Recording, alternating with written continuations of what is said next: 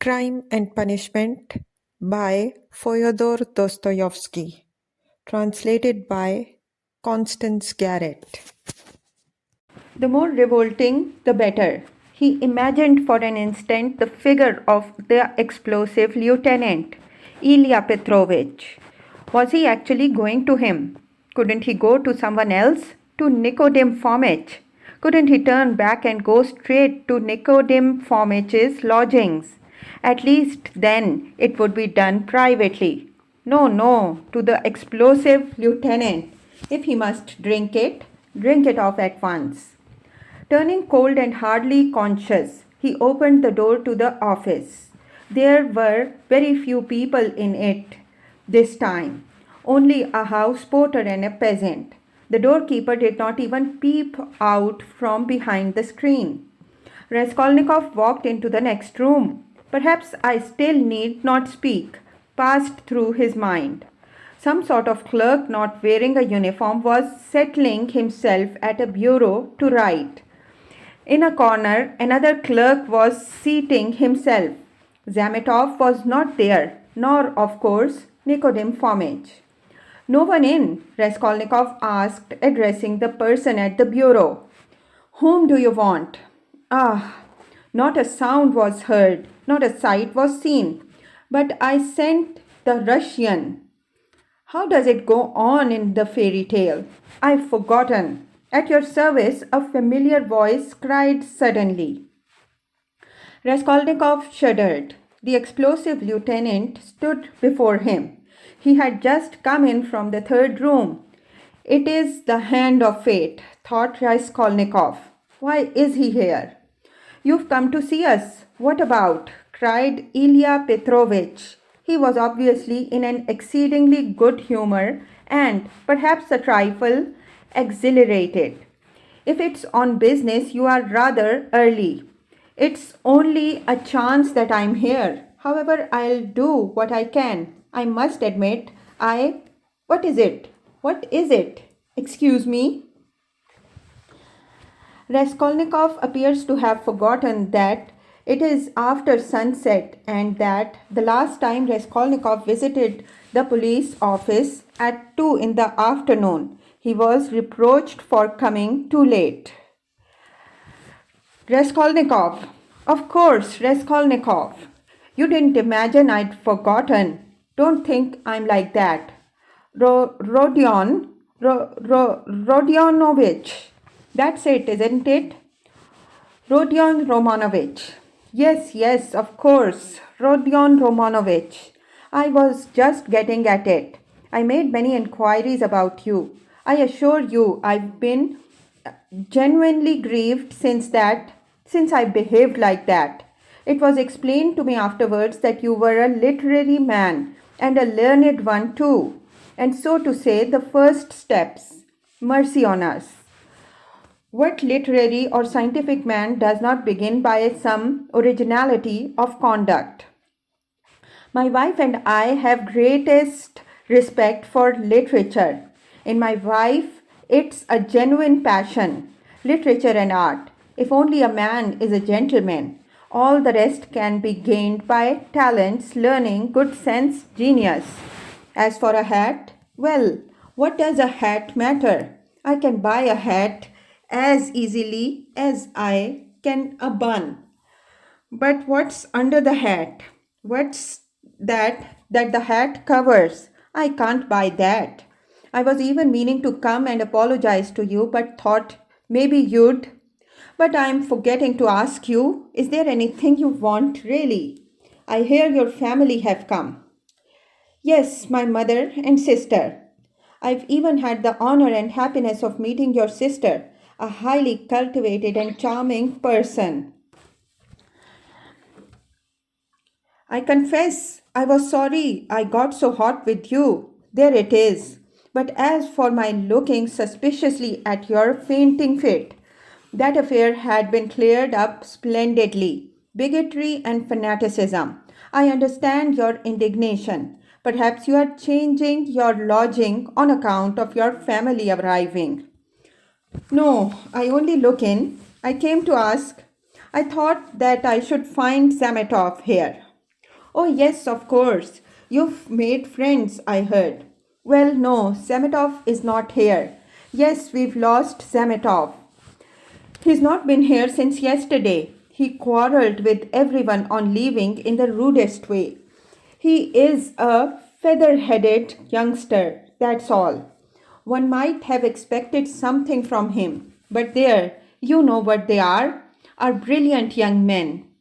He wanted to go in for some examination, but it's only to talk and boast about it.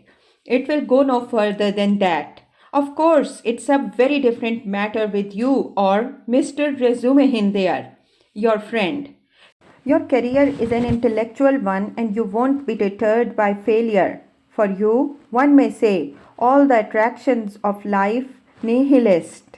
You are an ascetic, a monk, a hermit, a book, a pen behind your ear, a learned research. That's where your spirit soars.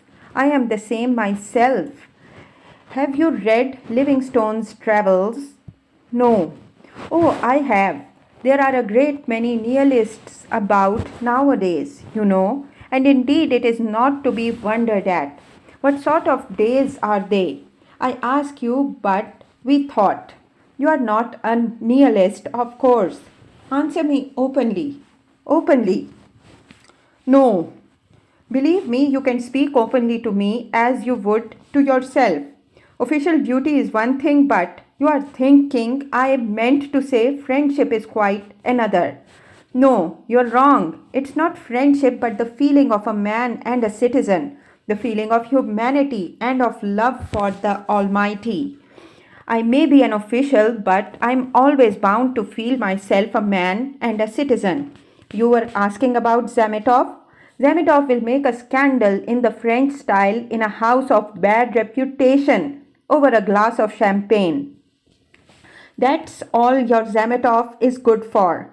While I'm perhaps, so to speak, burning with devotion and lofty feelings, and besides, I have rank, consequence, a post. I'm married and have children. I fulfill the duties of a man and a citizen. But who is he, may I ask? I appeal to you as a man ennobled by education. Then these midwives too have become extraordinarily numerous. Raskolnikov raised his eyebrows inquiringly. The words of Ilya Petrovich, who had obviously been dining, were for the most part a stream of empty sounds for him. But some of them he understood. He looked at him inquiringly, not knowing how it would end. I meant those crop-headed wenches. The talkative Ilya Petrovich continued. Midwives is my name for them. I think it is a very satisfactory one. They go to the academy, study anatomy. If I fall ill, am I to send for a young lady to treat me? What do you say? Ilya Petrovich laughed, quite pleased with his own wit. It's an immoderate zeal for education, but once you're educated, that's enough. Why abuse it? Why insult honorable people as that scoundrel Zametov does? Why did he insult me, I ask you? Look at these suicides too, how common they are. You can't fancy. People spend their penny and kill themselves. Boys and girls and old people. Only this morning we heard about a gentleman who had just come to town. Nil Pavlich. I say, what was the name of that gentleman who shot himself? Svidrigailov. Someone answered from the other room with drowsy listlessness. Raskolnikov startled. Svidrigailov has shot himself, he cried. What? Do you know Svidrigailov? Yes, I knew him. He hadn't been here long. Yes, that's so. He had lost his wife, was a man of reckless habits, and all of a sudden shot himself, and in such a shocking way. He left in his notebook a few words, that he dies in full possession of his faculties and that no one is to blame for his death. He had money, they say. How did you come to know him? I was acquainted. My sister was governess in his family. Then, no doubt, you can tell us something about him. You had no suspicion?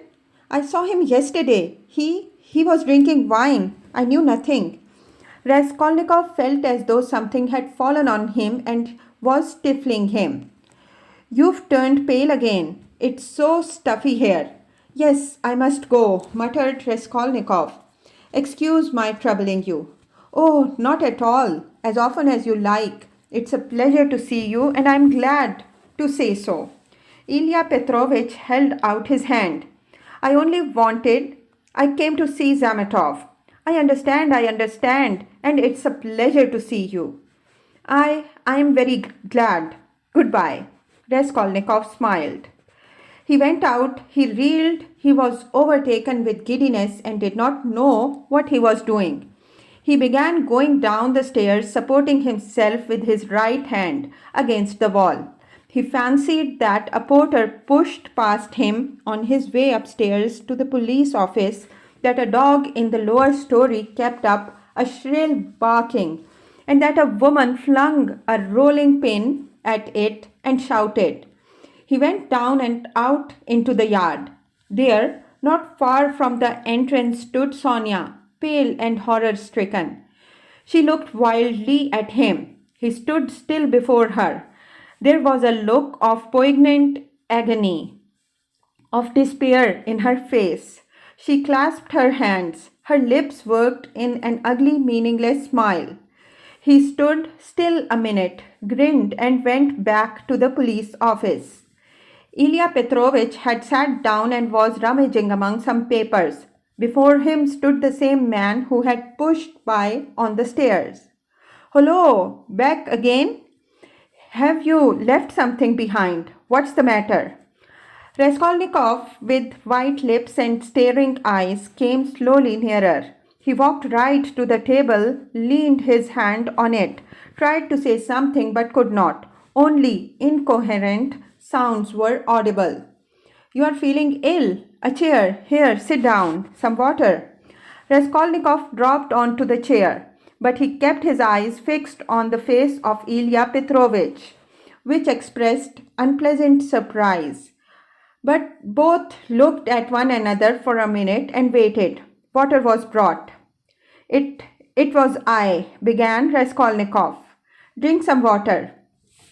Raskolnikov refused the water with his hand and softly and brokenly but distinctly said, It was I killed the old pawnbroker woman and her sister, Lizaveta, with an axe and robbed them. Ilya Petrovich opened his mouth. People ran up on all sides. Raskolnikov repeated his statement. Epilogue. Chapter 1. Siberia. On the banks of a broad solitary river stands a town, one of the administrative centers of Russia. In the town there is a fortress. In the fortress there is a prison. In the prison the second-class convict, Rodion Raskolnikov, has been confined for 9 months. Almost a year and a half has passed since his crime. There had been little difficulty about his trial. The criminal adhered exactly, firmly, and clearly to his statement. He did not confuse nor misrepresent the facts, nor soften them in his own interest, nor omit the smallest detail. He explained every incident of the murder, the secret of the pledge, the piece of wood with a stripe of metal, which was found in the murdered woman's hand. He described minutely how he had taken her keys, what they were like, as well as the chest and the contents. He explained the mystery of Lizaveta's murder, described how after him the student knocked, and repeated all they had said to one another. How he afterwards had run downstairs and heard Nikolay and Dmitri shouting. How he had hidden in the empty flat and afterwards gone home. He ended by indicating the stone in the yard of the Wozniacki prospect, under which the purse and the trinkets were found. The whole thing, in fact, was perfectly clear. The lawyers and the judges were very much struck, among other things, by the fact that he had hidden the trinkets and the purse under the stone without making use of them, and that, what was more, he did not now remember what the trinkets were like, or even how many there were. The fact that he had never opened the purse and did not even know how much was in it seemed incredible. There turned out to be in the purse 317 rubles and 60 kopecks. From being so long under the stone, some of the most valuable notes lying uppermost had suffered from the damp. They were a long while trying to discover why the accused man should tell a lie about this, when about everything else he had made a truthful and straightforward confession. Finally, some of the lawyers more versed in psychology admitted that it was possible he had really not looked into the purse and so didn't know what was in it when he hid it under the stone. But they immediately drew the deduction that the crime could only have been committed through temporary mental derangement, through homicidal mania, without object or the pursuit of gain. This fell in with the most recent fashionable theory of temporary insanity, so often applied in our days in criminal cases. Moreover, Raskolnikov's hypochondriacal condition was proved by many witnesses, by Dr. Zozimov, his former fellow students, his landlady, and her servant. All this pointed strongly to the conclusion that Raskolnikov was not quite like an ordinary murderer and robber, but that there was another element in the case. To the intense annoyance of those who maintained this opinion, the criminal scarcely attempted to defend himself. To the decisive question as to what motive impelled him to the murder and the robbery, he answered very clearly with the coarsest frankness that the cause was his miserable position, his poverty and helplessness, and his desire to provide for his first steps in life by the help of the 3,000 rubles he had reckoned on finding. He had been led to the murder through his shallow and cowardly nature, exasperated moreover by privation and failure. To the question what led him to confess, he answered that it was his heartfelt repentance. All this was almost coarse. The sentence, however, was more merciful than could have been expected, perhaps partly because the criminal had not tried to justify himself, but had rather shown a desire to exaggerate his guilt. All the strange and peculiar circumstances of the crime were taken into consideration. There could be no doubt of the abnormal and poverty-stricken condition of the criminal at the time. The fact that he had made no use of what he had stolen was put down partly to the effect of remorse, partly to his abnormal mental condition at the time of the crime. Incidentally, the murder of Lizaveta served indeed to confirm the last hypothesis. A man commits 2 murders and forgets that the door was open. Finally, the confession at the very moment when the case was hopelessly muddled by the false evidence given by Nikolai, through melancholy and fanaticism, and when, moreover, there were no proofs against the real criminal, no suspicions even, all this did much to soften the sentence. Other circumstances, too, in the prisoner's favor came out quite unexpectedly. Razumihin somehow discovered and proved that while Raskolnikov was at the university, he had helped a poor consumptive fellow student and had spent his last penny on supporting him for 6 months. And when the student died, leaving a decrepit old father, whom he had maintained almost from his 30th year. Raskolnikov had got the old man into the hospital and paid for his funeral when he died. Raskolnikov's landlady bore witness too that when they had lived in another house at Five Corners, Raskolnikov had rescued two little children from a house on fire and was burnt in doing so. This was investigated and fairly well confirmed by many witnesses. These facts made an impression in his favor. And in the end, the criminal was, in consideration of extenuating circumstances, condemned to penal servitude in the second class for a term of 8 years only. At the very beginning of the trial, Raskolnikov's mother fell ill. Donya and Razumihin found it possible to get her out of Petersburg during the trial. Razumihin chose a town on the railway not far from Petersburg so as to be able to follow every step of the trial and at the same time to see Avdotia Romanovna as often as possible. Pulcheria Alexandrovna's illness was a strange nervous one and was accompanied by a partial derangement of her intellect. When Donya returned from her last interview with her brother, she had found her mother already ill, in feverish delirium. That evening, Razumihin and she agreed what answers they must make to her mother's questions about Raskolnikov, and made up a complete story for her mother's benefit of his having to go away to a distant part of Russia on a business commission, which would bring him in the end money and reputation.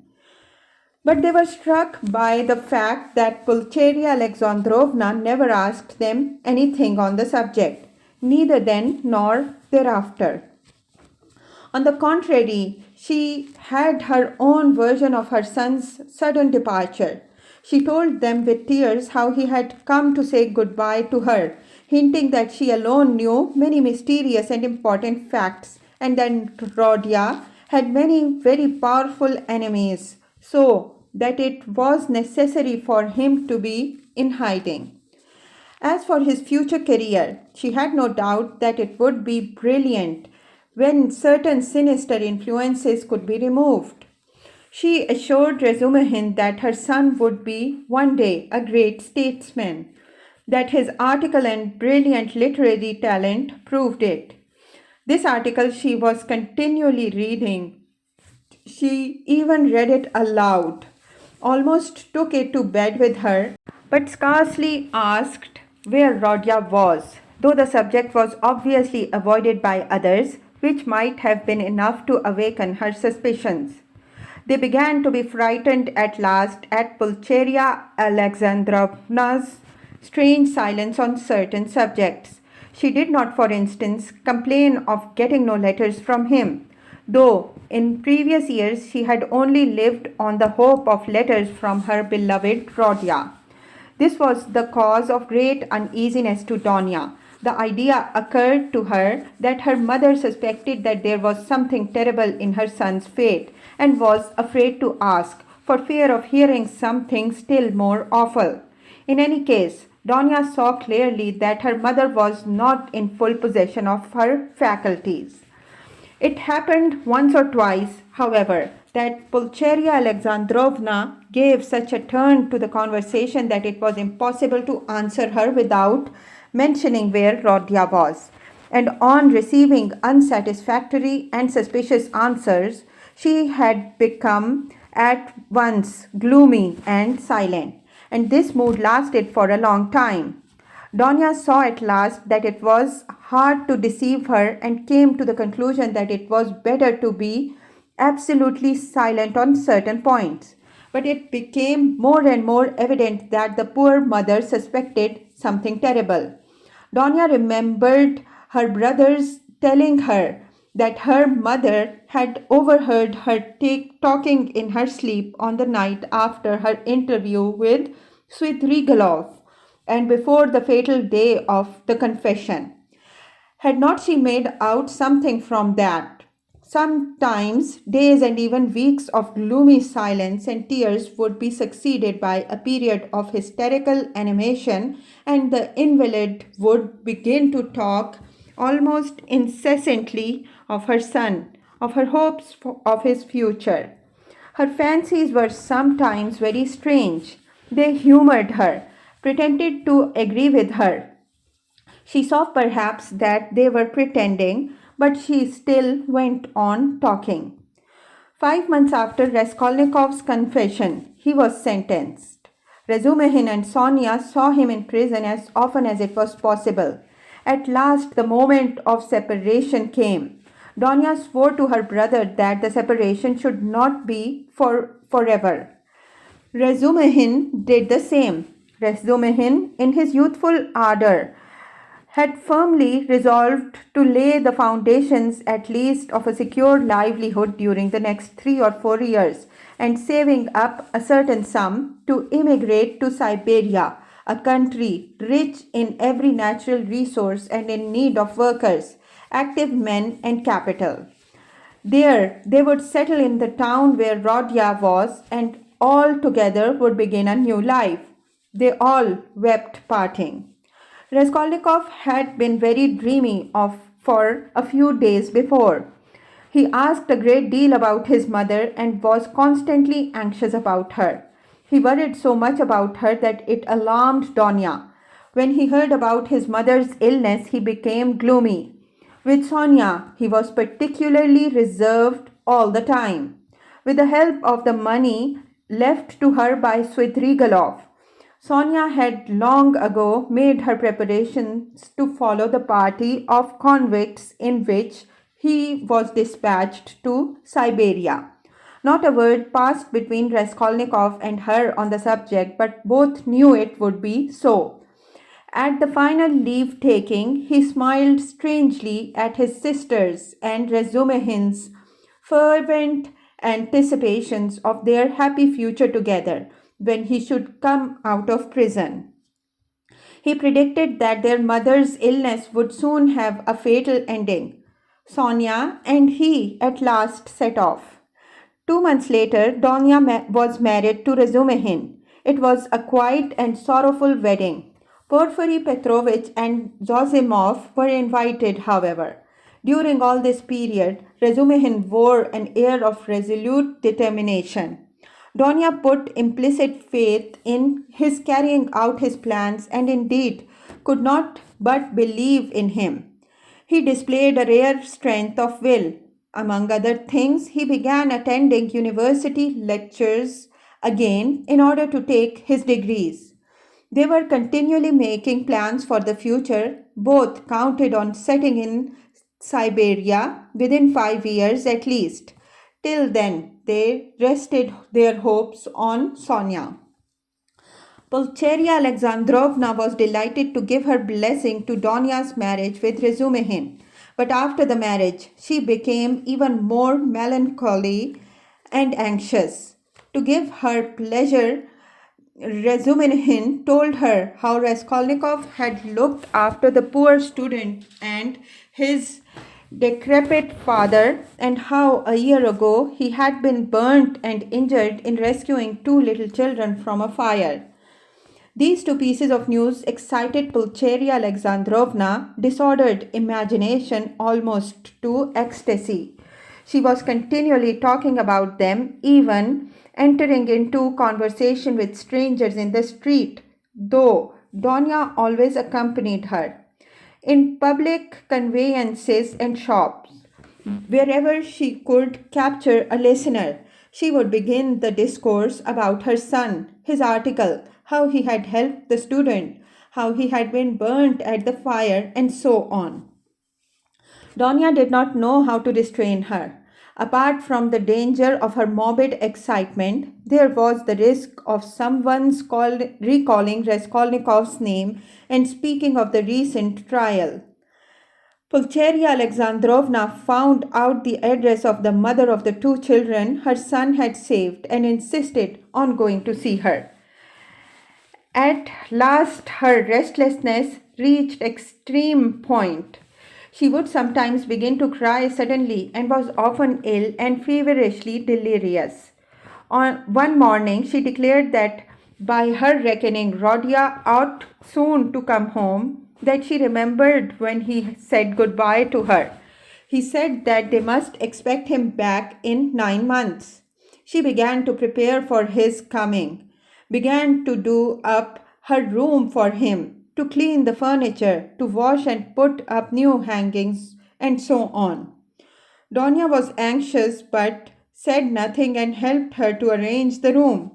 After a fatiguing day spent in continual fancies, in joyful daydreaming and tears, Pulcheria Alexandrovna was taken ill in the night, and by morning she was feverish and delirious. It was brain fever. She died within a fortnight. In her delirium, she dropped words which showed that she knew a great deal more about her son's terrible fate than they had supposed. For a long time, Raskolnikov did not know of his mother's death, though a regular correspondence had been maintained from the time he reached Siberia. It was carried on by means of Sonia, who wrote every month to the Razumihins and received an answer with unfailing regularity. At first, they found Sonia's letters dry and unsatisfactory, but later on they came to the conclusion that the letters could not be better, for from these letters they received a complete picture of their unfortunate brother's life. Sonia's letters were full of the most matter-of-fact detail, the simplest and clearest description of all Raskolnikov's surroundings as a convict. There was no word of her own hopes, no conjecture as to the future, no description of her feelings. Instead of any attempt to interpret his state of mind and inner life, she gave the simple facts, that is, his own words, an exact account of his health, what he asked for at their interviews, what commission he gave her, and so on. All these facts she gave with extraordinary minuteness. The picture of their unhappy brother stood out at last with great clearness and precision. There could be no mistake because nothing was given but facts. But Donya and her husband could get little comfort out of the news, especially at first.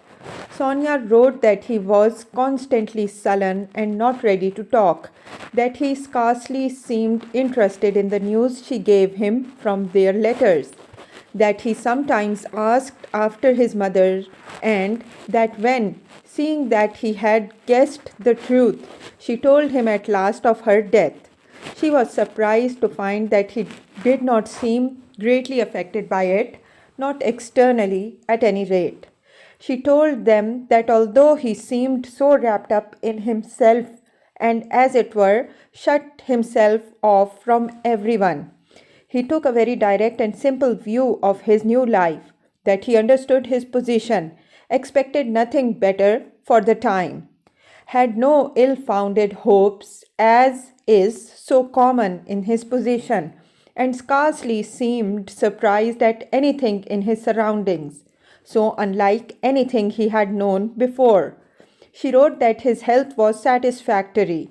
He did his work without shirking and seeking to do more. He was almost indifferent about food, but except on Sundays and holidays, the food was so bad that at last he had been glad to accept some money from her, Sonia, to have his own tea every day. He begged her not to trouble about anything else, declaring that all this fuss about him only annoyed him. Sonia wrote further that in prison he shared the same room with the rest, that she had not seen the inside of their barracks but concluded that they were crowded, miserable, and unhealthy, that he slept on a plank bed with a rug under him and was unwilling to make any other arrangement, but that he lived so poorly and roughly, not from any plan or design, but simply from inattention and indifference. Sonia wrote simply that he had at first shown no interest in her visits, had almost been vexed with her indeed for coming, unwilling to talk and rude to her, but that in the end these visits had become a habit and almost a necessity for him, so that he was positively distressed when she was ill for some days and could not visit him. She used to see him on holidays at the prison gates or in the guard room, to which he was brought for a few minutes to see her. On working days, she would go to see him at work either at the workshops or at the brick kilns or at the sheds on the banks of the Irtish. About herself, Sonia wrote that she had succeeded in making some acquaintances in town, that she did sewing, and as there was scarcely a dressmaker in town, she was looked upon as an indispensable person in many houses. But she did not mention that the authorities were, through her, interested in Raskolnikov, that his task was lightened, and so on. At last, the news came. Donya had indeed noticed signs of alarm and uneasiness in the preceding letters, that he had held aloof from everyone, that his fellow prisoners did not like him, that he kept silent for days at a time and was becoming very pale.